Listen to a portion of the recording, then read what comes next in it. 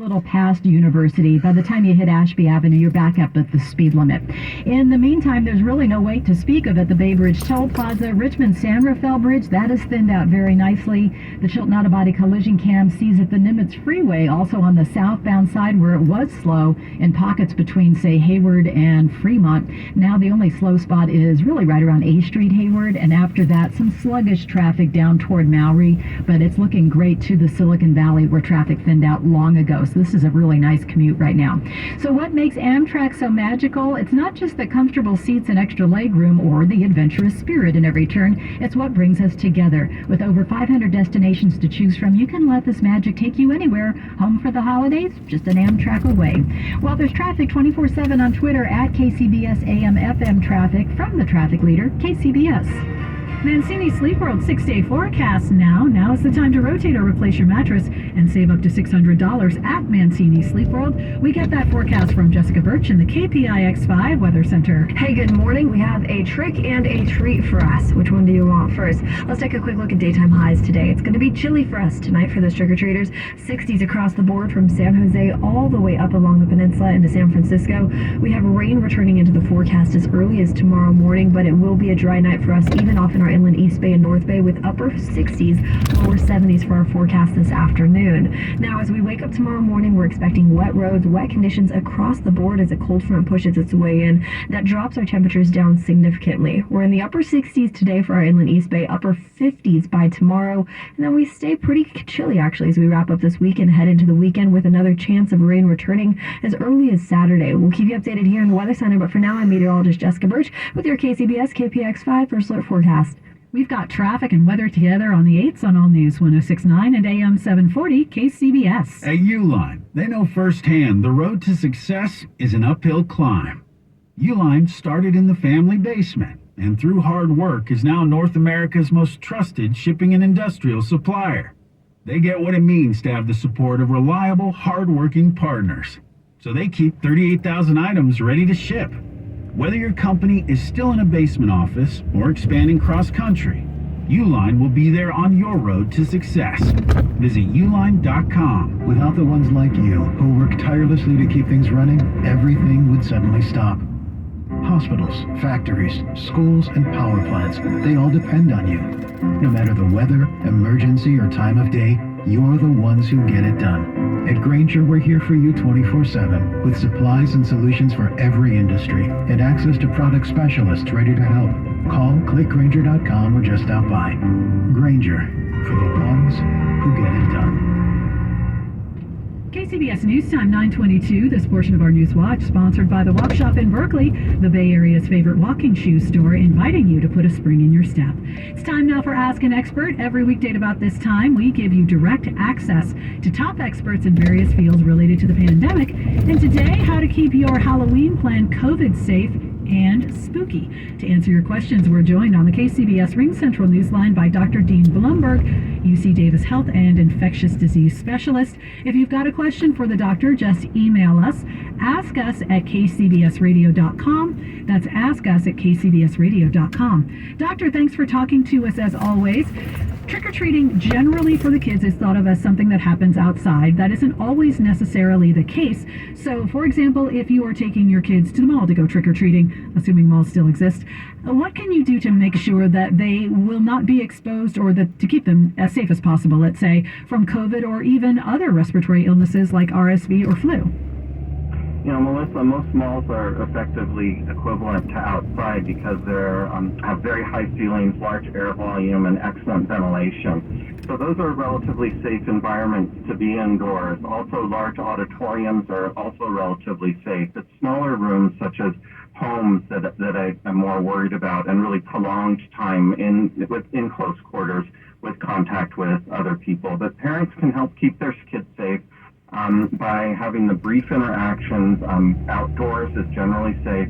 And if they are concerned, depending on their risk tolerance, they may want to have their child wear a mask in addition to their Halloween costume mask, as long as it's safe and comfortable for the child.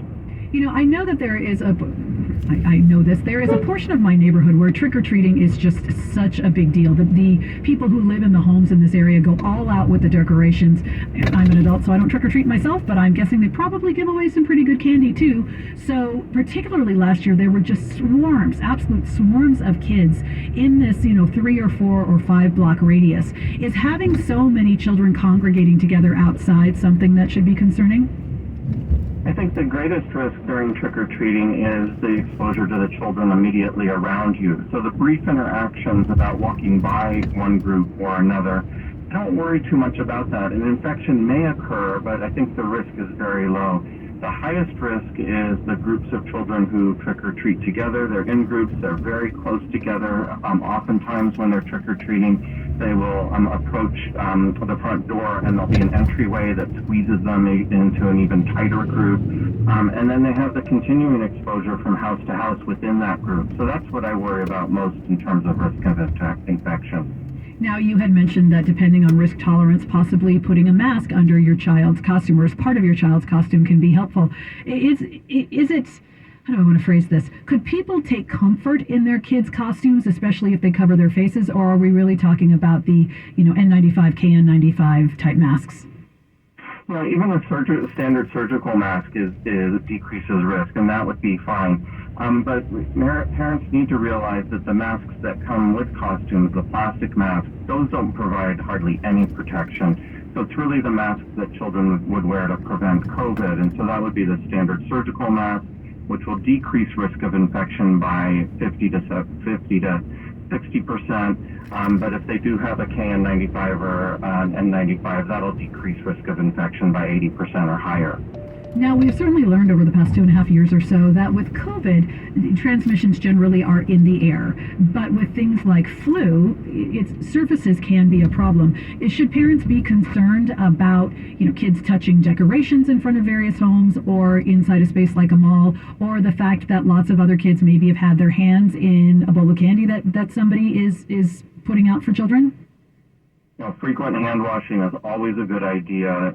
I don't worry as much about transmission of respiratory viruses, but there's staph infections, norovirus, and many other pathogens that are transmitted via touch. So frequent hand washing is a great idea. Parents can carry around some alcohol gel. That works very well as long as hands aren't visibly soiled. And then they can make sure to keep their children safe and their household safe as well. What about other kinds of activities that aren't necessarily trick-or-treating? I bring this up because I actually happened to have been texting with a friend of mine over the weekend who has a daughter who's about 18 months old, and apparently the daughter has been invited to many Halloween parties.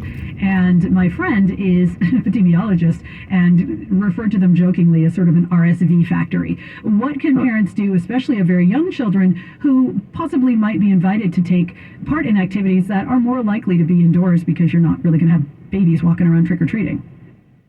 Yeah, it's really limited what parents can do to protect the children at young ages when they're like that indoors.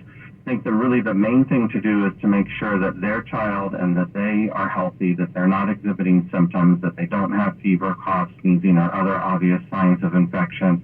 And trust that your close friends and other members who are attending these parties, that they are also responsible and that they will not be attending if they are symptomatic with a potential infection.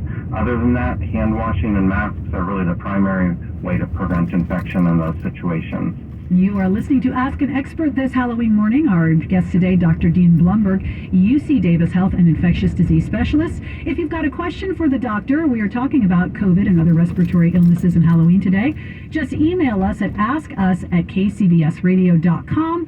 That's askus@kcbsradio.com. All right, Doctor, we're going to take some of these listener questions right now. This listener wants to know about boosters. This is somebody who got a third booster at the end of July, and they are wondering about the updated boosters now, if they should be getting it now, or if people should be boosted before taking their children trick-or-treating. Yeah, so I think the CDC recommendations are pretty clear that people should get that booster if they've received the primary vaccination series or if they've had a booster, as long as it's been at least 2 months since their last shot. So if they were vaccinated in July, then they're due for that updated booster. And I do recommend that. There's several advantages to that. In terms of being protected before Halloween, it takes about 2 weeks for that booster to kick in and for your immune system to develop that immunity. So even if you were vaccinated today with that booster, you wouldn't have any updated immunity by the